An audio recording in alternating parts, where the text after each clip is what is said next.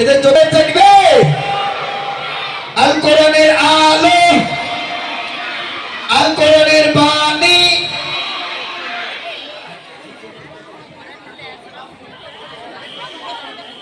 আমাদের মোকালামার বিষয়বস্তু হলো অন্ধকার পথ থেকে আলোর পথে। আসসালামু আলাইকুম ওয়া রাহমাতুল্লাহি ওয়া বারাকাতুহু। I am very fine. আরে বোন, আমি তোমাকে সালাম দিলাম আর তুমি সালামের উত্তর না দিয়ে বলছো আই এম ভেরি ফাইন। তা বলবো না, তুমি জানো না আমাদেরকে কেউ আমরা যখন একসাথে স্কুলে পড়তাম তখন আমাদের মাস্টার মশাই আমাদেরকে বলতেন যখন আমাদের কারোর সাথে দেখা হবে তখন তাকে বলবে hi, hello, how are you. আর তুমি এসব বাদ দিয়ে সালাম দিলে কেন?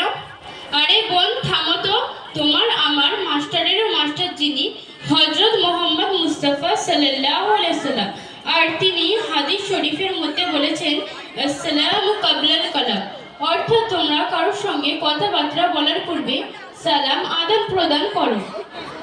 তা বাদ দাও এসব, বলো তুমি এখন কেমন আছো? আলহামদুলিল্লাহ, আল্লাহর রহমতে আমি অনেক ভালো আছি। তুমি আবার কেউ ভাষা বললে? নাউযুবিল্লাহ বোন, তুমি আলহামদুলিল্লাহকে গিয়েও ভাষা বলছো কেন?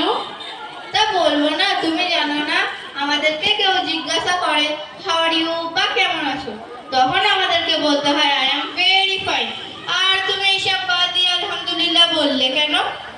আরে বোন, আমাদের যখন কেউ কিছু জিজ্ঞাসা করে সেটা যদি ভালো দিক হয় তাহলে কোরআন সুন্নাহর আলোকে আলহামদুলিল্লাহ, মাশাআল্লাহ এবং জাযাকাল্লাহ বলতে হয়, এবং সেটা যদি কোনো খারাপ দিক হয় তাহলে নাউযুবিল্লাহ বলতে হয়।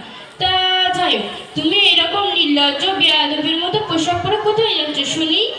কি তুমি আমাকে নির্লজ্জ বেয়াদব বললে? কেন? আমি এই ড্রেস পরেছি, এটা কি কোনো অপরাধ? আর তুমি কি বলতে চাচ্ছো তোমার মতন হাফা চাপা বোরখা পরে ঘুরবো? আরে আমার মতন ড্রেস পরে লাইফটাকে এনজয় করতে শেখো। হাই আফসোস, বোরকা পরে বুঝি লাইফটাকে এনজয় করা যায় না?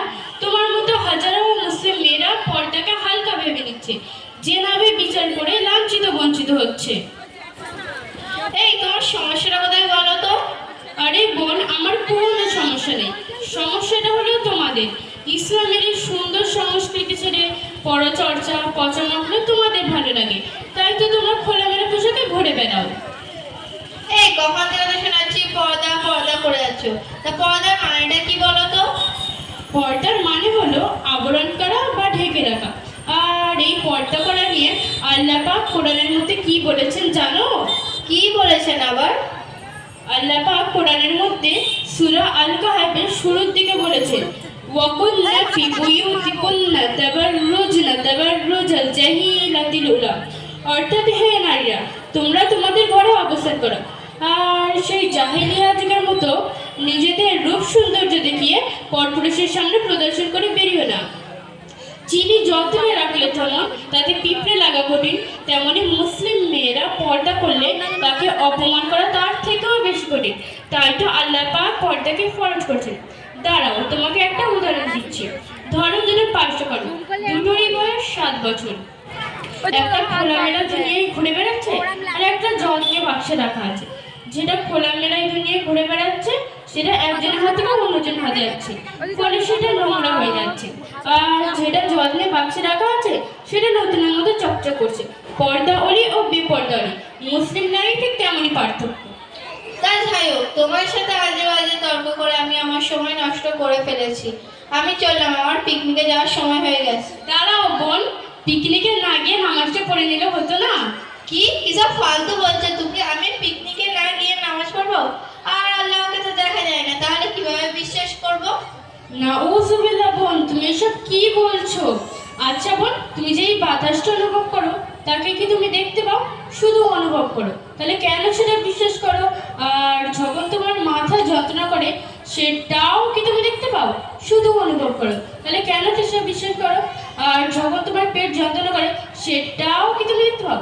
শুধু অনুভব করো, তাহলে কেন সেটা বিশ্বাস করো? আচ্ছা বোন, নামাজ পড়ে কি হবে? বোন, তুমি জানো না আল্লাহ পাক কোরআনের মধ্যে বলেছেন ইন্নাস সালাতা তানহা আনিল ফাহশাই ওয়াল মুনকার, অর্থাৎ নিশ্চয় নামাজ সমস্ত খারাপ কাজ থেকে দূরে রাখে।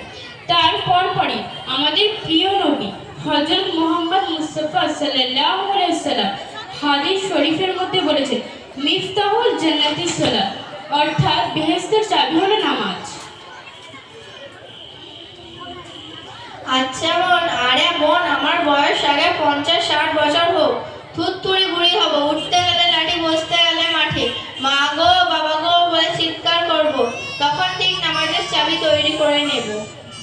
বোন, তুমি বলছো তোমার বয়স 50-60 হলে তুমি নামাজ পড়বে?